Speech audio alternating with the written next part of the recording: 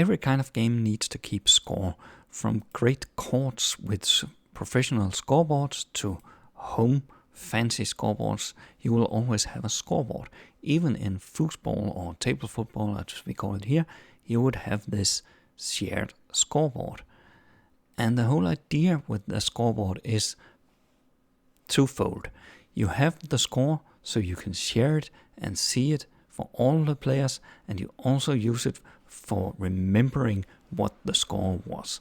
You cannot rely on the individual players to remember their own scores. And that's why we have traditions for writing scores down so we can look at it, and often the scores that follows will depend on what came before. And this is just like variables in JavaScript. A variable is technically just a name for a specific location in the computer's memory that we and the programming language can reference, so we know that this position right here keeps track of our scores, and this position right here keeps track of our lives.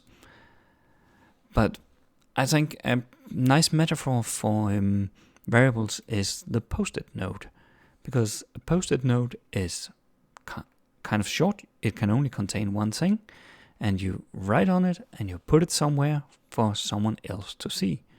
For instance, you might put it on the fridge, and there you can share it with the rest of your household. Say, we need to buy eggs, or the milk has gone bad, or I left the cat out in the garden. This is a message that you share with someone else, so you write to the post-it or the variable, and someone else reads from it. And because we can have a lot of variables, we can also have a lot of post-it notes. And that's why we want to give them names. For instance, this one could keep track of our points, and this one down here would keep our lives, and this up here would keep our time, and we might keep our level, and we may also have our username and how many enemies are currently at the screen, what the current speed is, and so on and so on and so on.